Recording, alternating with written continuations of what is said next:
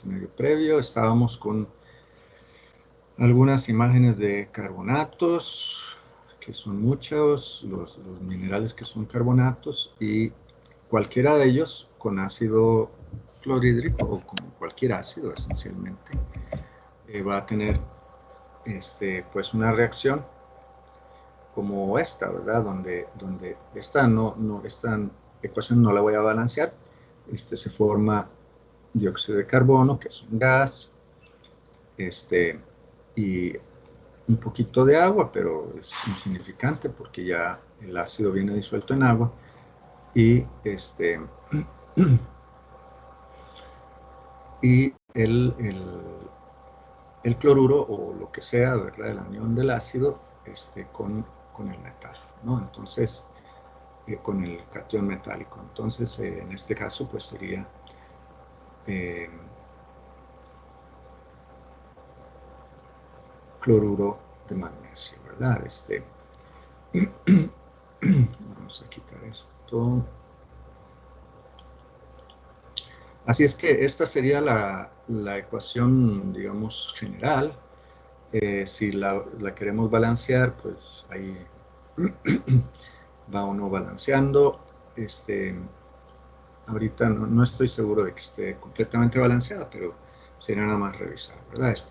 Lo importante es que en estas reacciones eh, se forma el cloruro, es decir, si el ácido era clorhídrico, por ejemplo, o si era sulfúrico, pues el sulfato, lo que sea, se nos va a formar de ese catión metálico. En este caso, pues pusimos magnesio, pero en el caso de la práctica es calcio, ¿no? Y este, cloruro o sulfato o nitrato, lo que fuera, lo importante es que se convierte entonces en una sal soluble. El carbonato de calcio pues no es soluble en agua, y entonces al hacerlo reaccionar con ácido clorhídrico lo convertimos en una sal que sí es soluble en agua. ¿Ok? Entonces ese es el propósito de esa reacción que se hace en el laboratorio. Y vamos a seguir las preguntas del cuestionario previo. Hasta aquí, con esto de la reacción y los carbonatos, ¿hay alguna pregunta? ¿O alguna pregunta más? ¿Alguna duda? Eh, bueno, eh, tenemos que avanzar, pero sí necesitamos ir evacuando dudas, ¿verdad? De eso se trata este rato. Entonces,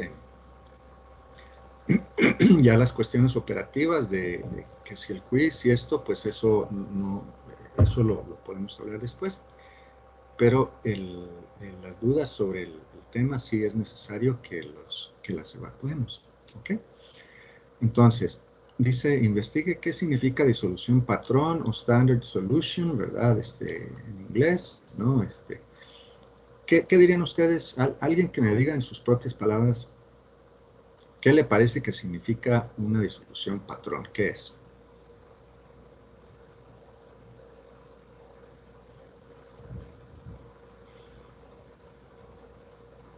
Profe, yo diría que es una disolución de concentración conocida que se utiliza como referencia para análisis físico-químicos.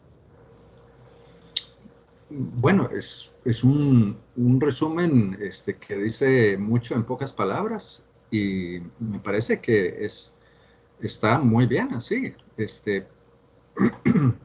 Creo que dice todo lo necesario e incluso un poquito más, ¿verdad? Porque no necesariamente lo va a usar para análisis físico-químicos. Lo importante es que es de concentración conocida con algún grado de exactitud. Ajá. Eso es lo importante. Entonces, eso es lo clave para una disolución patrón o para una sustancia patrón primaria. Como les digo, Esto no tiene mucho que ver con los temas de teoría.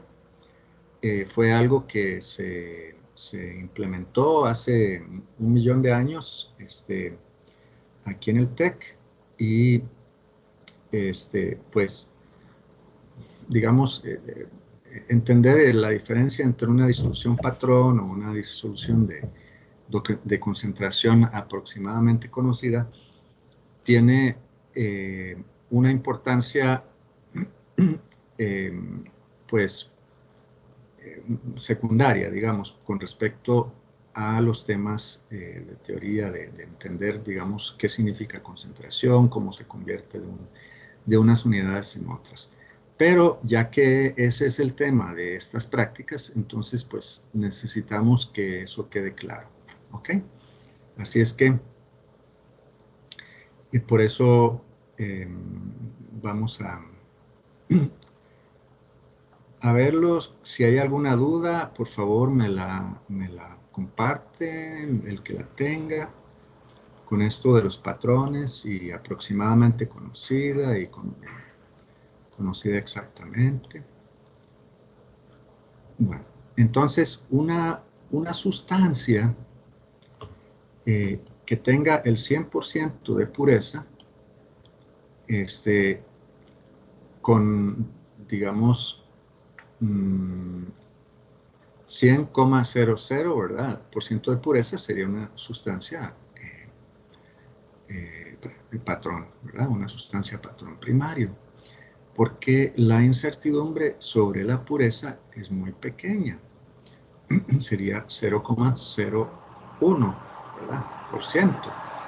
Es decir, 1 en 10.000. Así es que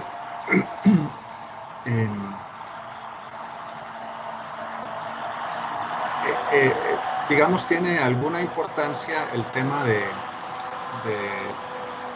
patrón y demás. Disculpen que hay mucho ruido, está pasando un camión gigante aquí. Así son las clases también, cuando ya les toque.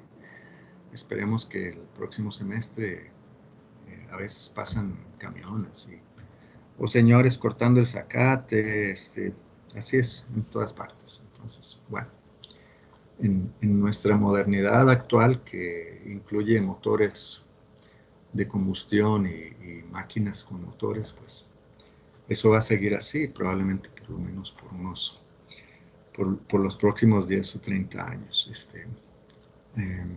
Esperemos que en algún momento ya el tema del ruido se logre controlar un poco, pero eso les tocará verlo a ustedes. Bien, entonces les decía que las disoluciones patrón pues se hacen a partir de sustancias patrón y pues digamos son caras. Si alguien logra quiere poner una empresa de sustancias patrón, pues lo que lo que consiste es en vender bueno, sustancias y disoluciones que tienen concentración exactamente conocida y que está certificado por la empresa. Entonces, ahí emite un certificado de por cuánto tiempo es válida esa concentración o esa pureza, etcétera, ¿no? Y certifica, y entonces hay una cierta obligación legal de que efectivamente está así. Y eso, pues, son materiales caros, ¿verdad? Bueno, los pasos para preparar 100 mililitros de una disolución. Y vean que estamos en concentración molar, ¿verdad? Concentraciones molares. Vamos a quitar esto aquí. Entonces, vamos un momento aquí a esta cosa que preparé, vamos a ver, para comparar diferentes tipos de concentración. Vamos a borrar aquí la reacción química. Entonces, si fuéramos a preparar una disolución de concentración, no sé, digamos 5% masa en masa, de A en B, de A en B. Entonces, allí hay dos maneras en que esto se puede entender. Ojo, ¿verdad? Me parece que la que nosotros utilizamos en el TEC es por ciento, es la masa de A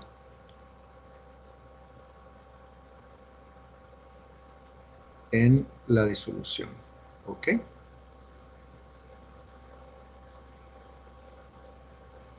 Entonces, si lo que quiero es 5%, pero en la por ciento de la disolución, que es la que nosotros usamos aquí en el TEC, entonces sería 5 gramos de A más 95 gramos de B, ¿verdad? Y con eso entonces vamos a tener una disolución de 5% más en masa con respecto a la masa de disolución. La solubilidad, sin embargo, se utiliza otras unidades, y es gramos de soluto entre gramos de disolvente, ¿verdad? Y también es común llamarle a esto porcentaje masa en masa. Entonces, ojo ahí, porque a veces hay un poco de confusión. Entonces, las que nosotros utilizamos son estas, que es la masa de soluto en la masa de disolución. ¿Okay? Esto es una manera, digamos, de preparar disoluciones muy sencillas, cuando tenemos porcentajes.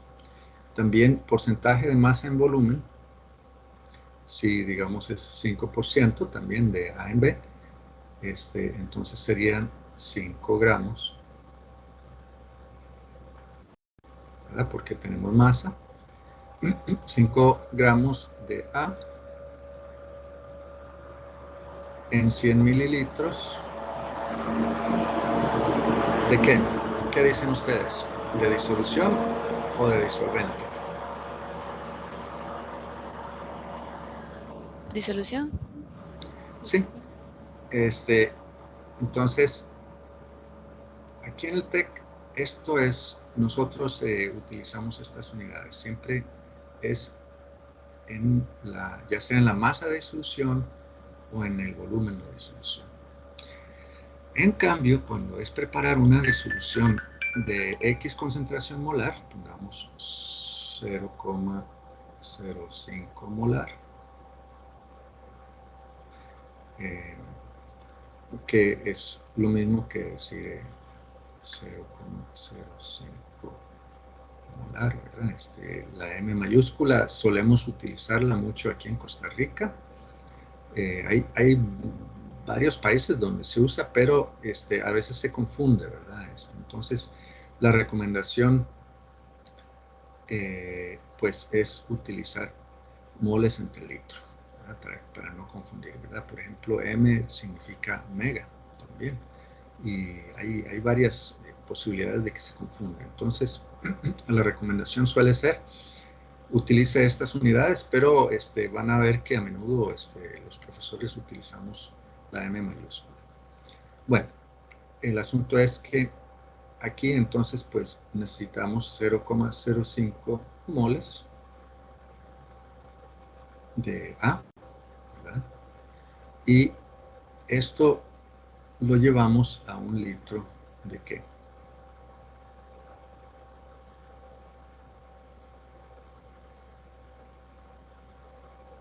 A ver.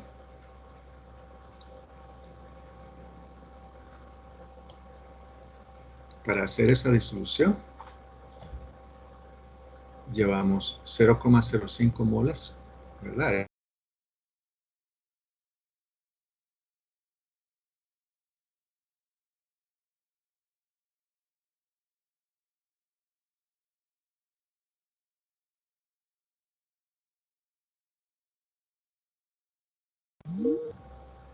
Hola, hola. Aquí se me desconectó la compu del internet. Algo está fallando. ¿Se me oye? Sí, profe, ahora sí. Ah, bueno. Entonces la pregunta era de qué es lo que de qué es el litro, de disolución o de disolvente. Disolución, profe. Sí, ok. Entonces prácticamente en todos los casos, las concentraciones son en el volumen o en la masa o lo que sea de disolución. ¿Está bien? Solo hay un caso en el que se utiliza de disolvente. ¿Cuál es? ¿Se acuerdan?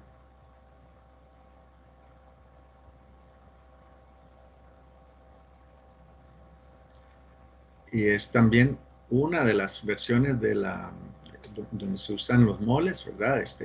Que es en moles por kilogramo de disolución, ¿verdad? Y esa son unidades, es concentración que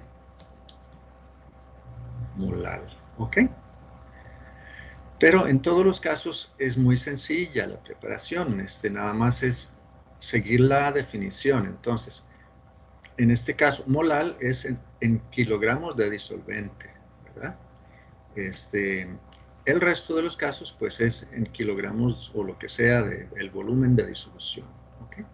Entonces, esto se usa mucho en fisicoquímica, en experimentos de fisicoquímica, y al que le toque hacerlo, pues en algún momento va a entender por qué. Pues, es una cuestión de cálculos y de saber cuántos moles hay de cada cosa ahí presentes, ¿verdad? Pero, es decir, tanto de disolvente como de disolución, perdón, de disolvente como de soluto. Pero en este caso, este, lo, lo que queremos es simplemente, digamos, que quede claro el tema de las unidades de concentración. Aquí, pues, tenemos eh, el, el EDTA, ¿verdad? Etilendiamino tetracetato, es EDTA.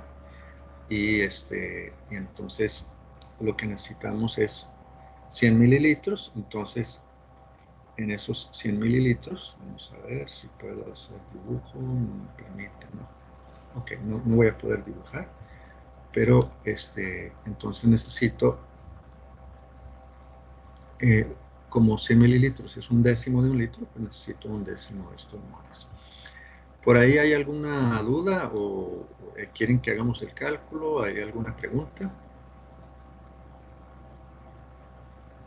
Bueno, entonces vamos a seguir con el vídeo de la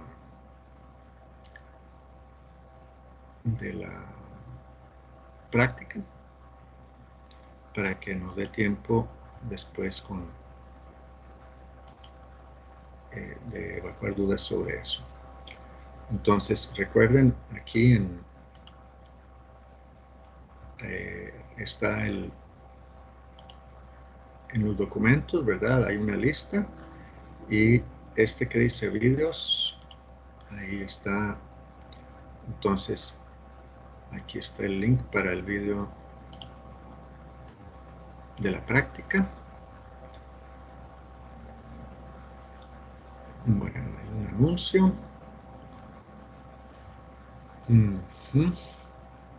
Bien, listo. Bienvenidos a la demostración de la práctica número 3, preparación de disoluciones. Esta es una... Bien, sí se oye, ¿verdad? O no se oye el audio del... Sí, profe. Ok, gracias. Es que depende de cómo uno lo ponga. Una práctica de Laboratorio de Química Básica 2. Instante, nada más voy Como paso inicial en esta práctica, rápido. en la siguiente imagen se muestra lo que sería Bien. la temperatura del laboratorio a la hora de realizar las disoluciones. En la primera parte de la práctica se preparará una disolución de concentración conocida o una disolución patrón. Para esto se van a utilizar como reactivos reactivo tipo primario de carbonato de calcio, ácido clorhídrico en una concentración de 6 mol por litro, agua destilada. Como equipos se van a utilizar una balanza analítica, un beaker de 50 mililitros, una probeta de 10 mililitros, un agitador de vidrio, un embudo, una piseta y un balón aforado de 100 mililitros. Como paso inicial, vamos a determinar la masa por diferencia de carbonato de calcio. Para esto, vamos a tomar la masa de un beaker de 50 mililitros vacío.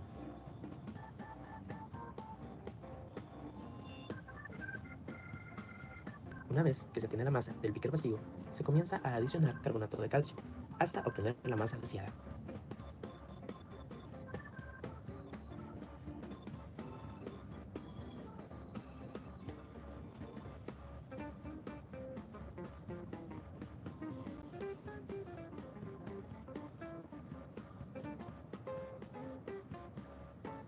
Una vez que se obtiene la masa deseada, se anota ese valor. Este correspondería al valor de la masa del beaker más el carbonato de calcio. Se retira el beaker de la balanza. Si queda alguna impureza en la balanza, se debe limpiar con una brocha o pincel. En esta imagen podemos observar la textura del carbonato de sodio, además del recipiente original de donde se tomó este carbonato.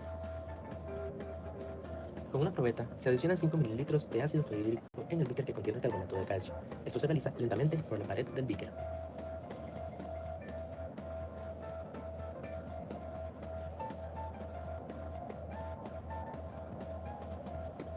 Con ayuda de un agitador de vidrio se procede a disolver el carbonato de calcio en el ácido. Una vez que el carbonato de calcio se encuentra disuelto, se debe retirar el agitador. Para esto, se enjuaga con una piseta el agitador de vidrio.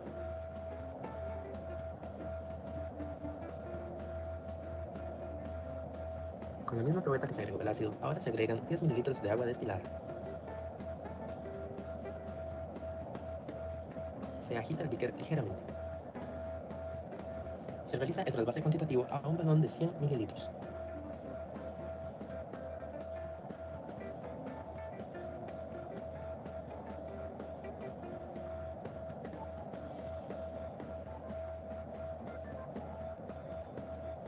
Se procede a realizar 3 lavados al beaker que contenía la disolución para asegurarnos de que todo el carbonato de calcio pase al balón.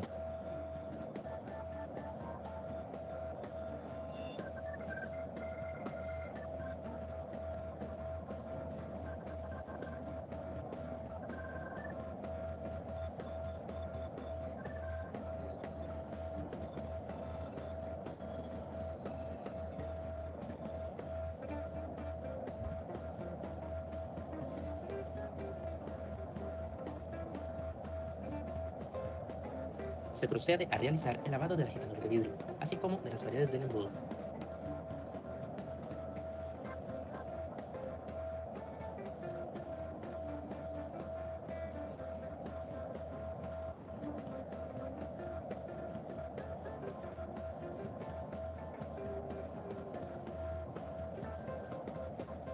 Se realiza un lavado interno de las paredes del balón y se procede a agregar agua destilada hasta llegar a la marca de aforo.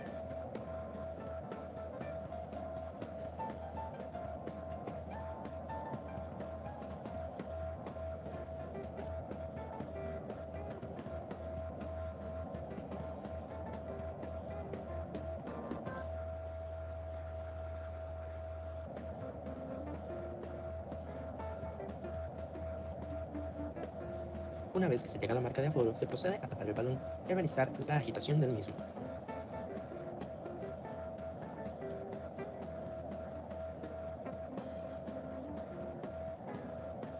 Se procede a realizar el trasvase de la disolución a una botella de plástico. Para esto, esta botella se debe ambientar.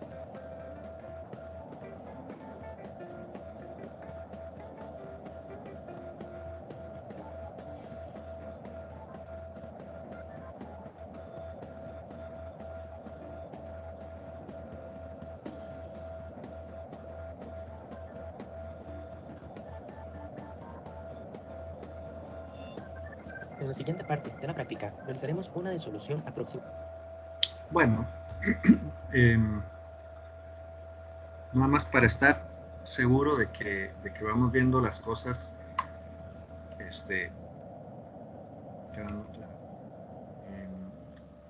en esta parte del donde Adrián prepara la disolución patrón.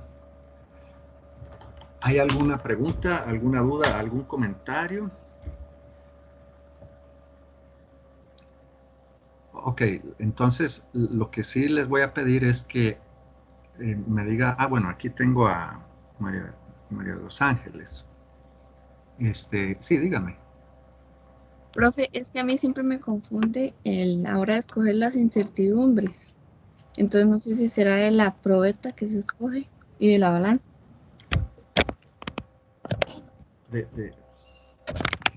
Vamos a ver. Podría formular la pregunta de otra manera. Es que no entendí en qué consiste lo que le confunde, digamos. Digamos, es que en el reporte pide calcular la incertidumbre de ese primer video, digamos.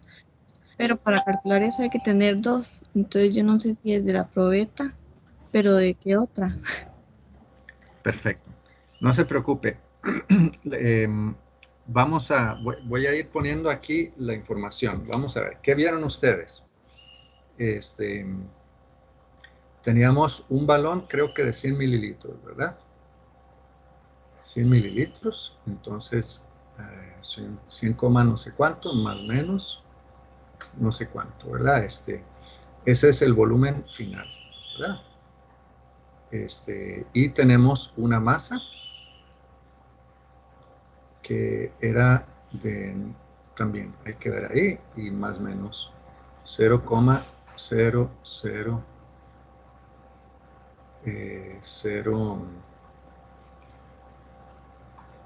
es 0,014, ¿verdad? Que es la raíz cuadrada de 2, ¿ok?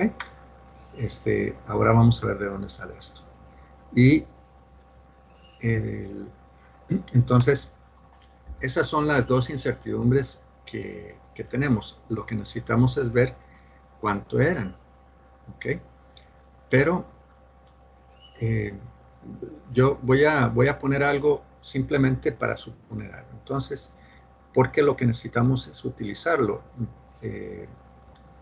Y ahorita van a ver por qué.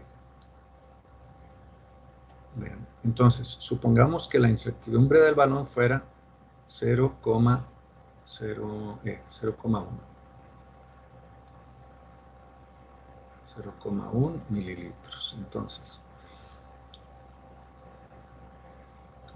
este es el volumen del balón y aquí tendríamos entonces 100,0 más o menos 0,1 mililitros. Y supongamos que la masa diera, creo que es como, bueno, supongamos que fuera 0,05.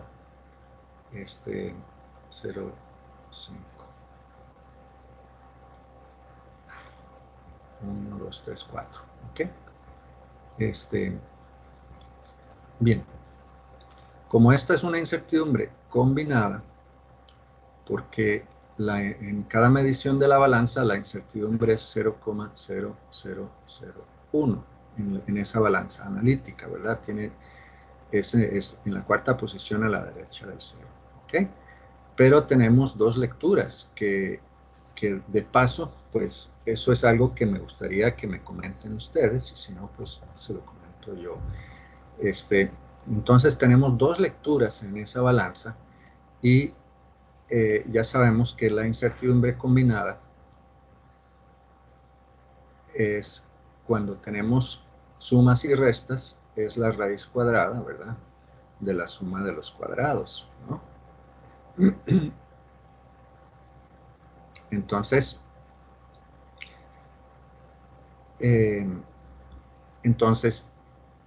sería esto al cuadrado, ¿verdad? Más 0,0001 al cuadrado, y a eso se le saca la raíz, ¿verdad? Entonces da esta incertidumbre. No sé si ustedes hicieron ese cálculo, si alguien lo hizo y le da diferente, por favor me dice.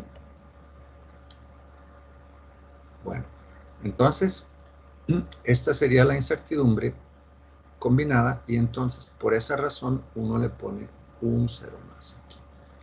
¿sí? Porque vemos que esta termina en la quinta posición. 1, 2, 3, 4, 5. Entonces, necesitamos terminar esto en la posición 5 para poder incluir este 4 adicional, ¿verdad? Que está incrementando esa incertidumbre que había originalmente. Bien. Este tema de la incertidumbre, ustedes lo ven aquí en este curso y me parece que posiblemente después, más adelante, cuando ya vean la estadística que corresponde a sus respectivas carreras, van a ver las diferentes formas de incertidumbre, que a veces también le llaman error, o hay diferentes denominaciones, digamos, dependiendo de la disciplina. En la medición, digamos, de laboratorio, suele utilizarse el término incertidumbre, que finalmente, pues, tiene un significado más cercano a lo que realmente, de lo que se trata. Pero cuando ya estamos en la parte de, digamos, en la estadística de las cosas, de las disciplinas, entonces hay una incertidumbre que obedece a la dispersión de los datos. Y eso, pues, ya lo verán. Por ahora lo importante es que hayan visto un concepto de incertidumbre, y el hecho de que pues todas las mediciones tienen una incertidumbre, ¿no? Siempre una medición viene con una incertidumbre, pero creo que pues es bueno entenderlo lo mejor que se pueda, ¿sí? Porque ya después lo van a utilizar muy poquito y sí es muy importante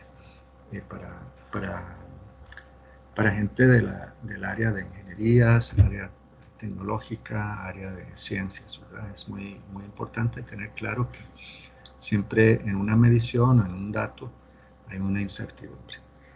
Bueno, entonces la incertidumbre combinada de aquí, como la concentración en este caso es la masa entre la masa molar, ¿verdad? La masa molar se pone mm, que esto es igual al número de moles, ¿verdad? De la sustancia.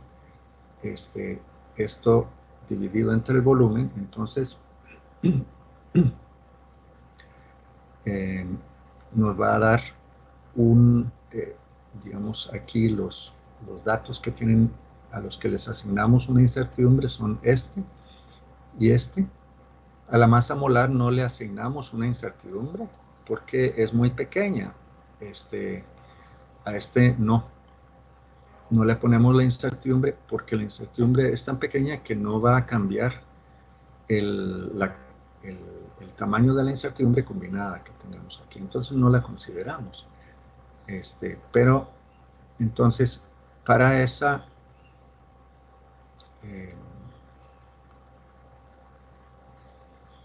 incertidumbre, esa es la combinación, perdón, para sacar esta incertidumbre combinada tenemos que calcular la incertidumbre relativa. ¿Ok? Entonces y la multiplicamos por esa misma concentración. Entonces esa incertidumbre relativa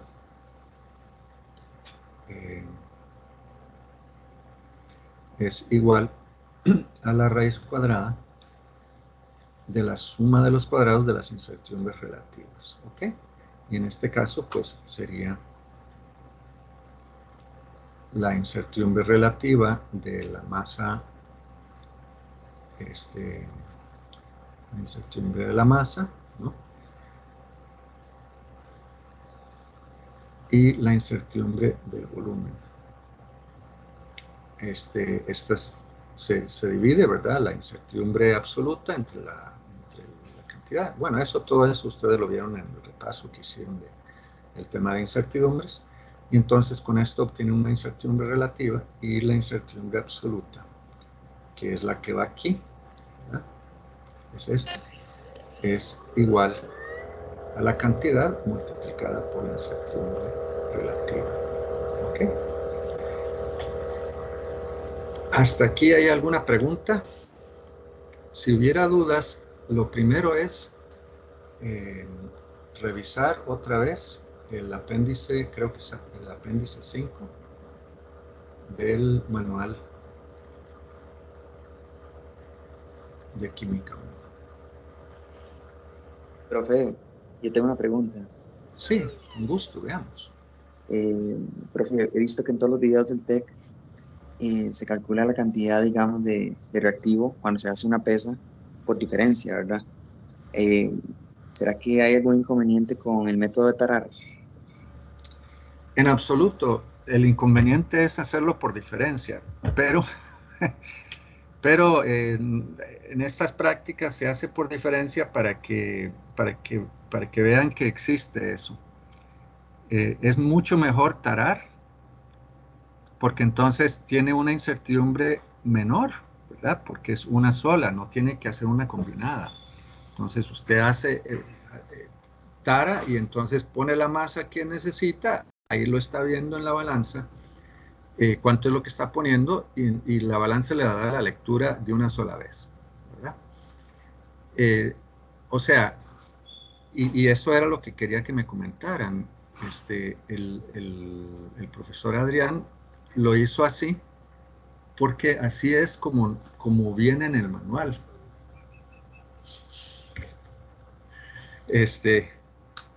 Pero no es así como se hace. Se usa la tara, tal como usted lo dijo, ¿sí? Acaba de Ok, llegar. perfecto, profe. Se rió de mis cortinas, que tuve que poner unas cortinas no muy elegantes aquí porque hay mucho sol. Sí. Sí, entonces, la tara, eso es lo que se hace, ¿sí? En la antigüedad, en la prehistoria, cuando nosotros, algunos de sus profesores, aprendíamos a usar las balanzas, no existía eso. No se podía tarar, o era más complicado, etc. Pero hoy día eso es muy sencillo y eso es lo que hay que hacer para no incrementar la incertidumbre. ¿Sí? Así es que muchas gracias por la pregunta. Y hay otra parte del procedimiento donde el profesor Adrián, que bueno, yo creo que es de nuestros, además de que preparan, él y Diana preparan los mejores vídeos, también son de los más diestros en análisis químico. Sin embargo, él sigue un procedimiento que normalmente no se sigue en la preparación de disoluciones, que es poner un embudo, ¿verdad? Para eso el beaker tiene un piquito, pero lo ponen porque, bueno, muchas veces así se enseña a los estudiantes que les tiembla la mano, ¿verdad? Y entonces pueden cometer un error de que se les vaya la disolución. Pero poner un embudo en la boca de un balón o en la boca de una probeta o de una bureta es arriesgar a que se quiebre, ¿verdad? Esa cristalería. Entonces, para que lo tengan en cuenta si alguna vez tienen que trabajar en el laboratorio. Pero bueno, vamos a seguir con el vídeo. De EDTA. Para esto, vamos a utilizar como reactivos EDTA, pureza 97,5%, agua destilada, y de equipo una balanza granetaria, un beaker de 250 ml, una probeta de 250 ml, otra de 500 ml, agitador de vidrio y pisetas. Inicialmente, se toma la masa de un papel vacío. Seguido a esto, se procede a colocar EDTA sobre el papel hasta alcanzar la masa deseada.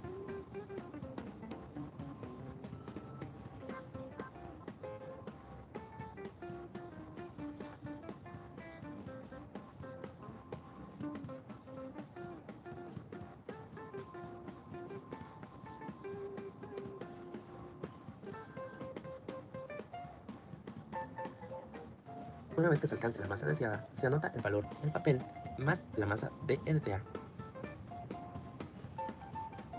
Se adiciona la masa de EDTA pesada en un beaker de 250 ml.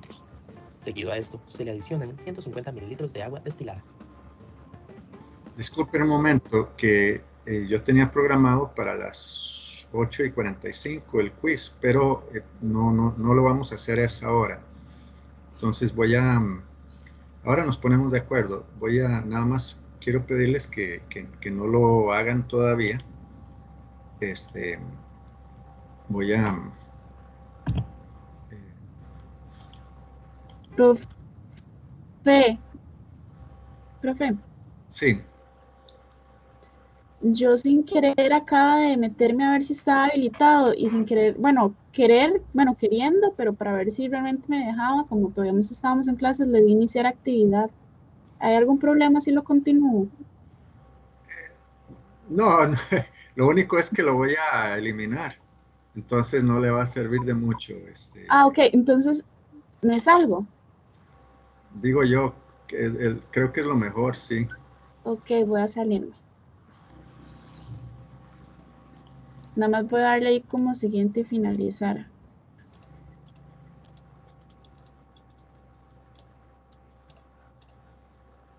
Ya, profe. Ok, pura vida, voy a eliminarlo.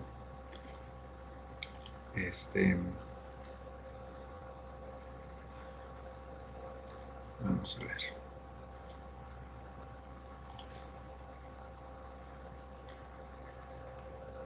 Examen corto.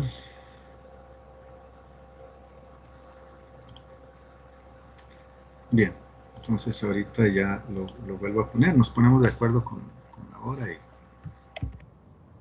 con estas prácticas, esa es la parte fregada, ¿verdad? Que es que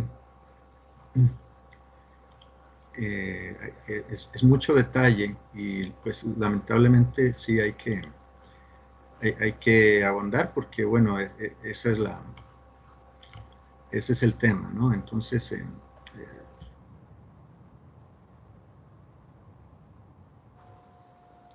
vamos a tratar de que quede lo más claro posible porque justamente se tienen que evaluar los detalles, ¿verdad?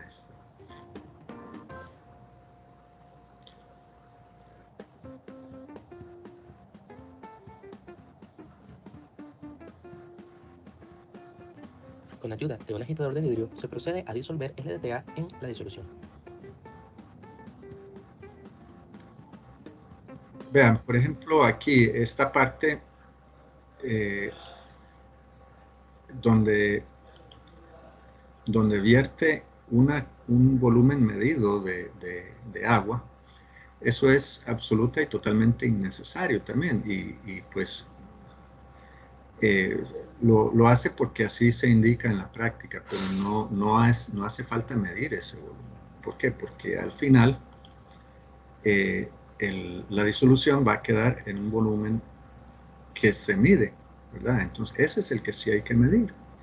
Pero el volumen en que disuelve el sólido no es necesario medirlo, ¿ok?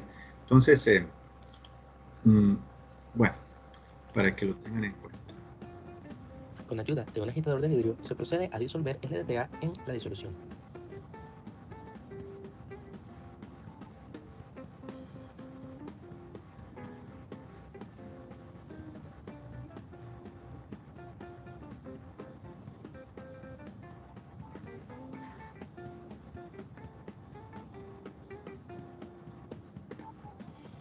Una vez que se disuelve el LDTA, se trasvasa a una probeta de 500 mililitros con ayuda de un agitador de vidrio.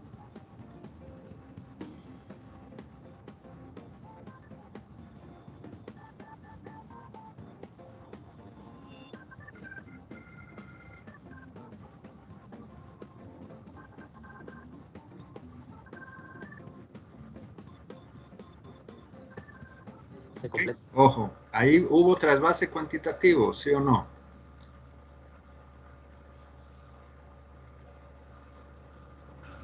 Creo que no, profe. Para que hubiera sido trasvase cuantitativo, ¿qué tendría que haber hecho? Los enjuagues. Exacto. Y eso no los hizo, ¿verdad? Entonces ahí vemos que ya en este beaker está quedando una cantidad del soluto que no sabemos cuánto es, ¿verdad? aumentar el volumen a 500 mililitros utilizando agua destilada.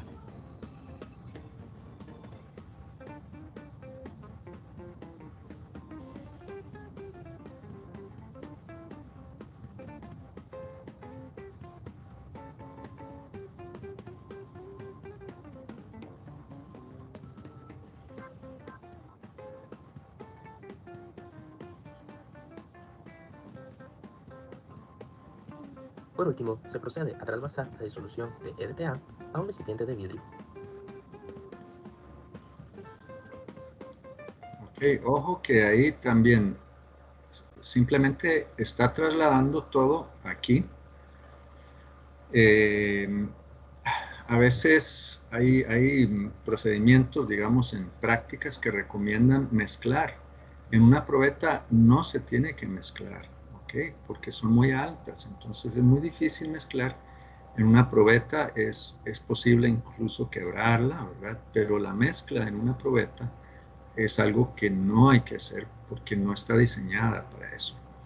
Entonces, Adrián simplemente está trasladando esta disolución acá, y aquí en el frasco, mientras lo vierte, es cuando se va a dar la mezcla.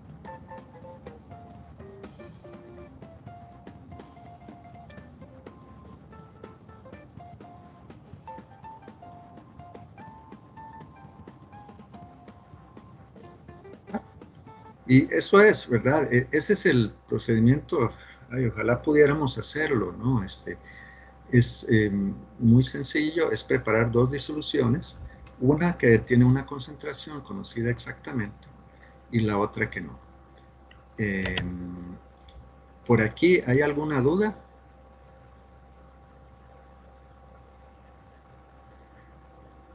Bueno, entonces,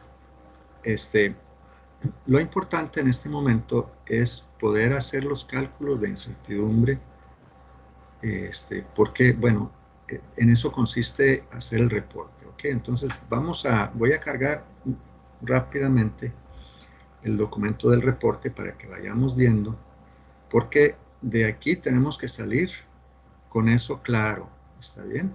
No importa tanto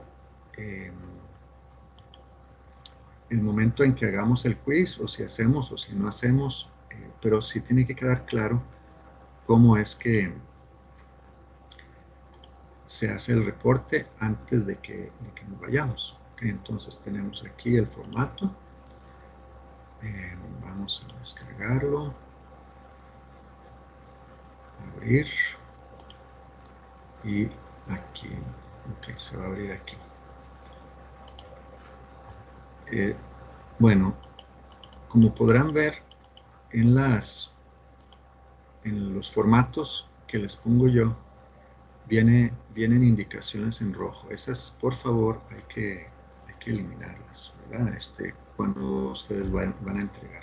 También van a ver que en muchos de ellos el texto no está como texto, sino que está como imágenes, de modo que las pueden ubicar en donde quieran, pero el texto que ustedes introducen sí es necesario que sea texto, por favor, ¿ok? Entonces, bueno, en la primera parte dice, es para poner los datos experimentales. Entonces,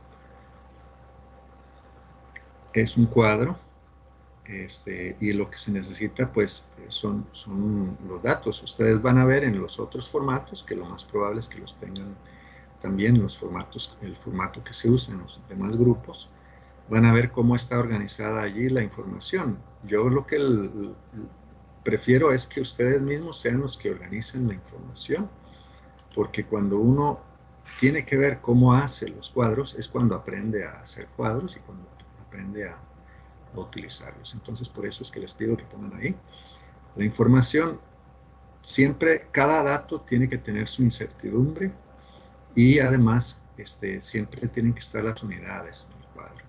Entonces, en esa medida, pues conviene que se fijen que la incertidumbre está indicada. Y después ahí podemos ir hablando de cómo se hacen los cuadros, ¿ok? Me parece que también les puse, no sé si aquí, bueno, aquí les pongo unos vídeos de cómo se hacen cuadros, ¿verdad? Entonces, por favor, hacerlo. ¿Hay alguna duda?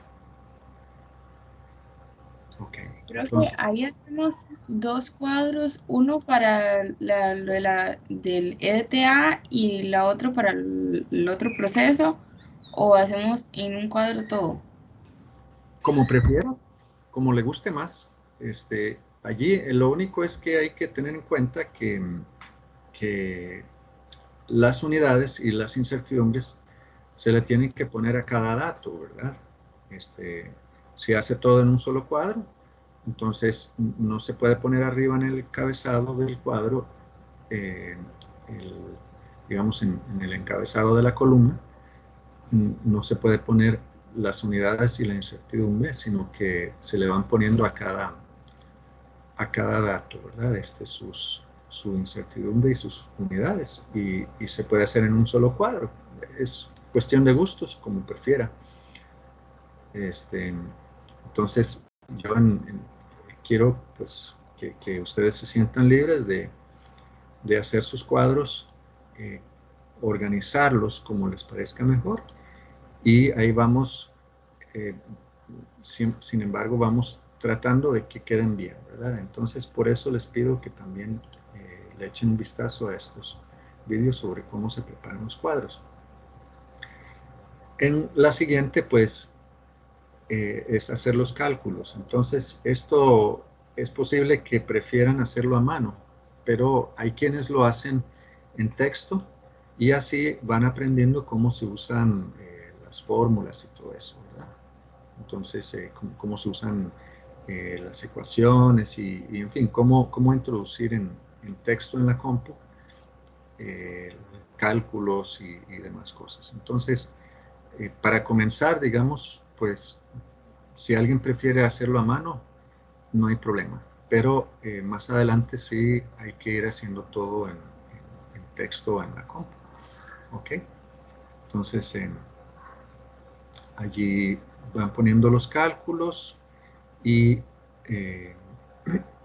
los resultados. Ojo que los cuadros a menudo vienen sin el título, ¿verdad? Entonces que no se les olvide ponerles el título y el número, ¿verdad? ¿Qué número tiene ese cuadro? Si pusieron 2 cuadros por acá arriba, pues entonces sería el número 3. Pero si solo hay un cuadro, sería el número 2, en fin. Y el título. Uno el título se lo pone a un cuadro después de que ya pone los contenidos. O sea, cuando uno ya sabe qué es lo que hay adentro y para qué sirve, entonces uno le pone el título al cuadro. Pero bueno, eso está explicado en los videos sobre hacer cuadros. Y después aquí viene esta discusión. Les pido que lo hagan utilizando un cuadro, ¿verdad? Porque esto permite digamos, ir como más directo al grano, y es una buena práctica para cantidades grandes de información cuando uno quiere ser exhaustivo, digamos, cuando hay que ir analizando tema por tema, ¿verdad? Entonces vean que hay un espacio para cada cosa. Si ustedes marcan aquí a la izquierda, aquí arriba, van a ver cuáles son las divisiones, o por ejemplo aquí encima pueden ver dónde están las columnas, ¿verdad? Y en fin, entonces esta discusión pues hay que ir directo al punto, no extenderse mucho, y, eh, el tenerlo en un cuadro les permite saber si ya fueron tocando cada uno de los puntos que hay que tocar, ¿verdad? Para que no se les quede nada sin haberlo mencionado. ¿Ok? No sé si hay alguna duda sobre cómo se hacen los cálculos, alguna cosa que no esté clara. Profe, yo tengo una pregunta. Claro, veámoslo. En la primera parte que hay que hacer el cuadro, es para saber si yo tengo que poner la masa del beaker vacío en el cuadro o pongo todo de una vez, digamos, ya restándole la masa al beaker. Muy buena pregunta. Vea, en esta práctica se hace por diferencia y como cada medición uno tiene que apuntarla, ¿ok? Entonces ahí tiene que estar eso. Cuando usted, por ejemplo, ya más adelante vaya a hacer trabajo experimental, entonces cada una de las mediciones que usted hace, cada dato, hay que apuntarlo con la incertidumbre que tenga. Entonces, eso es importante. Vamos a empezar desde aquí, pero ya más adelante, cuando ya usted esté haciendo pues, algún tipo de trabajo experimental, también es muy importante apuntar el dato que usted está viendo y no lo que se calcula, porque a veces uno comete errores a la hora de un cálculo y entonces hay que... si uno no apuntó los datos de los que viene, entonces se pierde todo el trabajo, ¿verdad? Todo el trabajo que sigue después. Entonces, sí es bien importante ir apuntando dato por dato con la respectiva incertidumbre, pero sobre todo el dato, ¿verdad? Porque la incertidumbre, pues uno puede ir a averiguarla en el instrumento que utilizó, pero el dato sí siempre es muy importante. Y en este caso, pues hay que ponerle las incertidumbres, ¿ok? Sí, esa es una pregunta bien importante. ¿Alguna otra cosa? Bien. Bueno, son las 9, van a ser las 9:10. Nos da tiempo de ponernos de acuerdo sobre cuándo hacer el quiz. En estos dos casos, de estas dos prácticas, la práctica 3 y la práctica 4, tal vez es mejor hacer el quiz cuando ya se hizo el reporte, ¿ok? Porque son como muchos detallitos y el quiz tiene que evaluar esos detalles.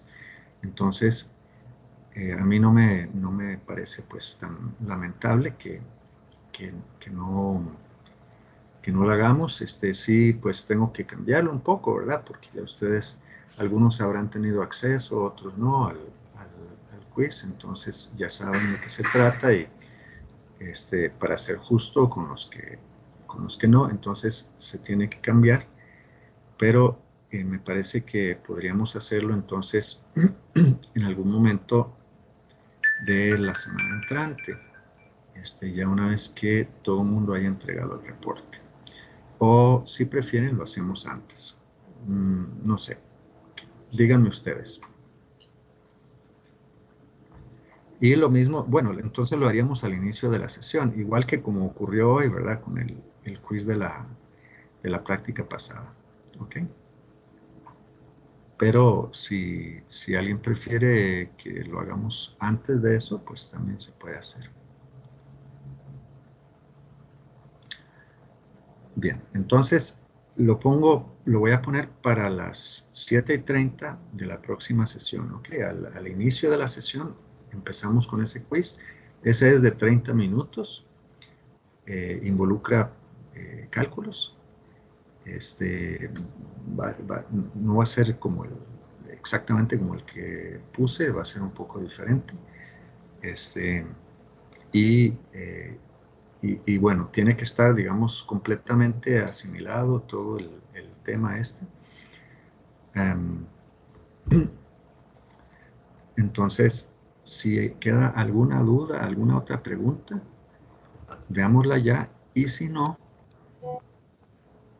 si surge alguna duda en el transcurso de estos días, que posiblemente ocurra mientras se va haciendo el reporte, entonces lo podemos discutir, ir viéndolo en el chat de de Teams, ¿ok?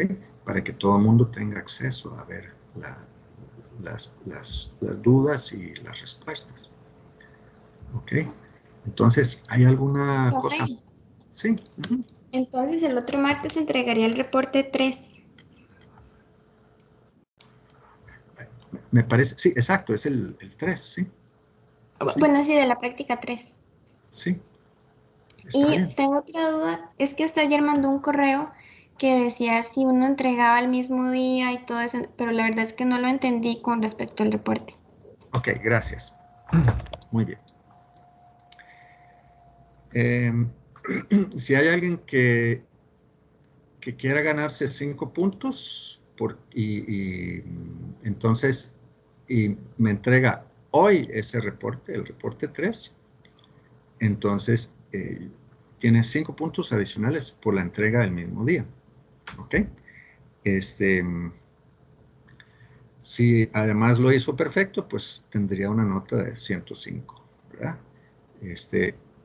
Pero si, por ejemplo, saca un 90, entonces con esos 5 puntos le daría 95, ¿verdad? Entonces, eso es para aquellos que quieran entregarlo el mismo día. ¿Por qué? ¿Por qué es mejor entregarlo el mismo día? Porque justamente ahorita estamos terminando el tema. Pero si ya usted va a la siguiente clase y hace la tarea y se reúne con los compañeros tales y etcétera, etcétera, y ya empieza el reporte mañana, pasado mañana, el viernes, y con mala suerte hace lo que hago yo o que hace mi hijo, ¿verdad? Que no apunta las cosas, entonces ya se le habrá olvidado mucho de lo que acabamos de hablar. Entonces, para promover que de una vez se afiancen esos conceptos, esas ideas, yo pues prefiero que hagan el reporte hoy mismo, me parece que es mejor, pero bueno, estamos dando una semana, entonces, bueno, casi una semana, entonces al que lo hace el mismo día, pues le regalo 5 puntos. ¿Alguna otra cosa? Ok, entonces, Profe, sí. es que me nota fijar y en la parte de la discusión hay una parte que dice como tiempo requerido. En ese hay que decir que es como una comparación, que digamos por decirlo así, se supone que iría como que la no sé, EDTA como que requirió un poco más, menos tiempo que el otro, algo así. Si a usted le parece, ¿verdad? Es que yo creo que en ese vídeo no es tan evidente. Cuando ustedes lo hacen, sí, resulta más evidente, pero además el profesor hace un proceso que es muy largo, que es poner un embudo, usar un agitador ¿verdad?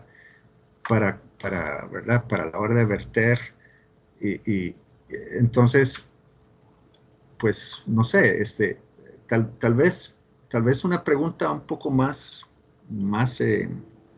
ajustada a lo que se quiere es, y si usted responde en esos términos, estaría bien, si le parece que el procedimiento es más simple en alguno de los dos casos, ¿ok? Que es más sencillo, que lleva menos detalle o menos cuidados, ¿verdad? Pero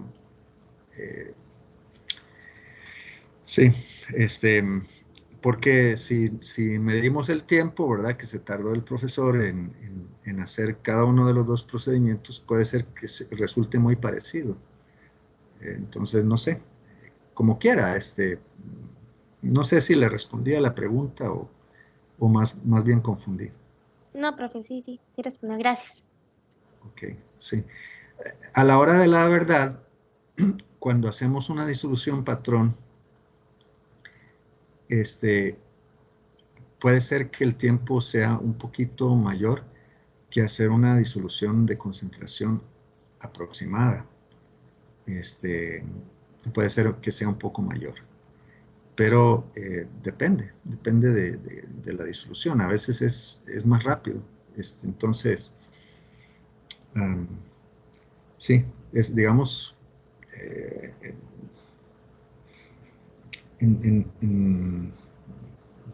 bueno, ya que usted lo menciona, tal vez ni siquiera vale la pena tener ese criterio de comparación ahí en este caso, ¿no?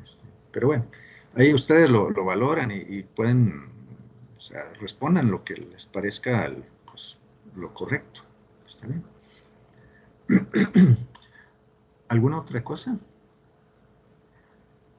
Bueno, entonces ya la asistente terminó los cuestionarios previos, entonces, sin embargo, todavía no les he compartido los resultados porque,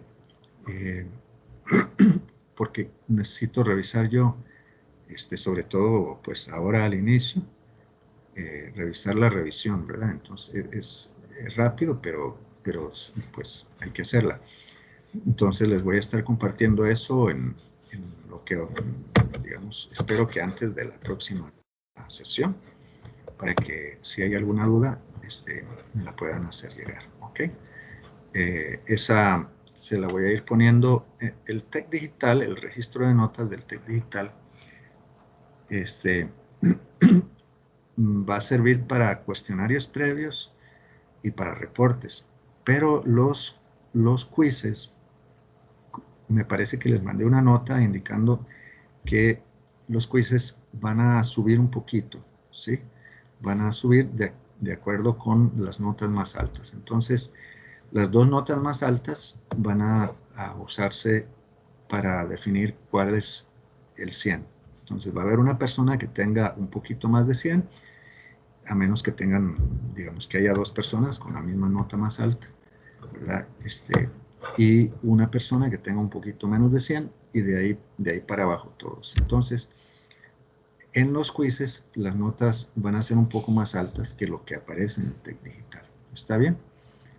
Bueno, quédense los compañeros que tenían ahí algún asunto para que lo veamos y los demás pues ya puedan ir retirándose. Muchas gracias por las preguntas y las contribuciones. Eso es muy importante para una sesión siempre. Voy a dejar de grabar para que no se alargue más de la cuenta.